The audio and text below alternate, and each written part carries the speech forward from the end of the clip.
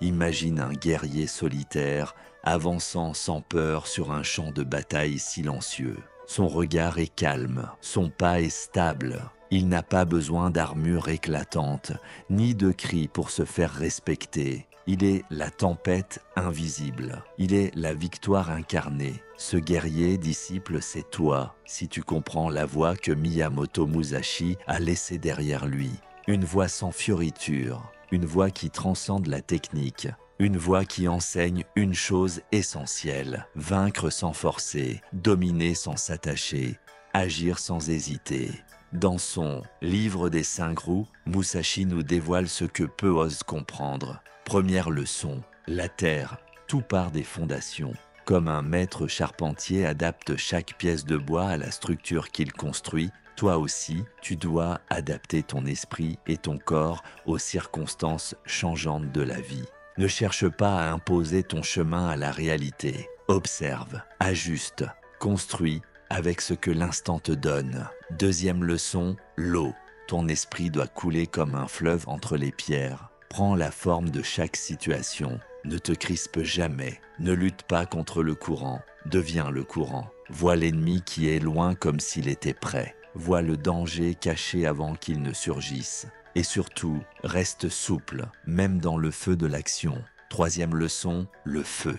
Quand l'heure de l'action sonne, il ne doit plus y avoir de doute. Musashi enseigne: frappe d'un coup net, perturbe le rythme adverse, ne laisse pas ton ennemi respirer. Que ce soit dans un duel, une décision de ta vie ou un combat intérieur, avance sans hésitation. Le rythme rapide neutralise la peur. Le mouvement juste balaie les doutes.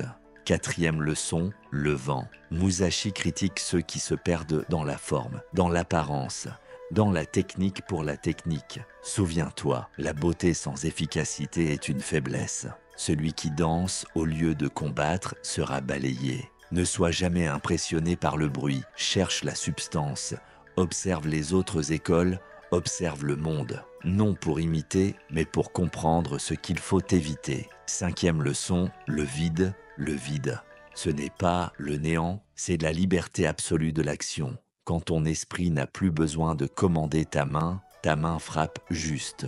Quand tu n'as plus besoin de penser, ton geste est parfait. Le véritable maître n'a plus besoin de méthode visible. Il agit naturellement comme l'eau qui trouve sa voie entre les rochers, comme la flèche qui atteint sa cible avant même que l'archer en prenne conscience. Et voici, disciple, la quintessence de la voie de Musashi. Voir tout, saisir tout, adapter tout, vaincre tout, se détacher de tout.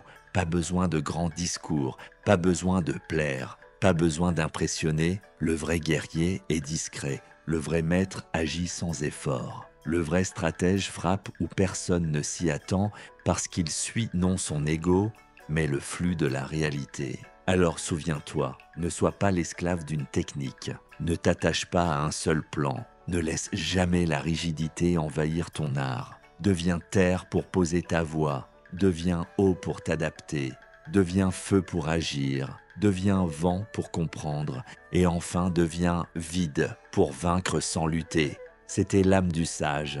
On se retrouve très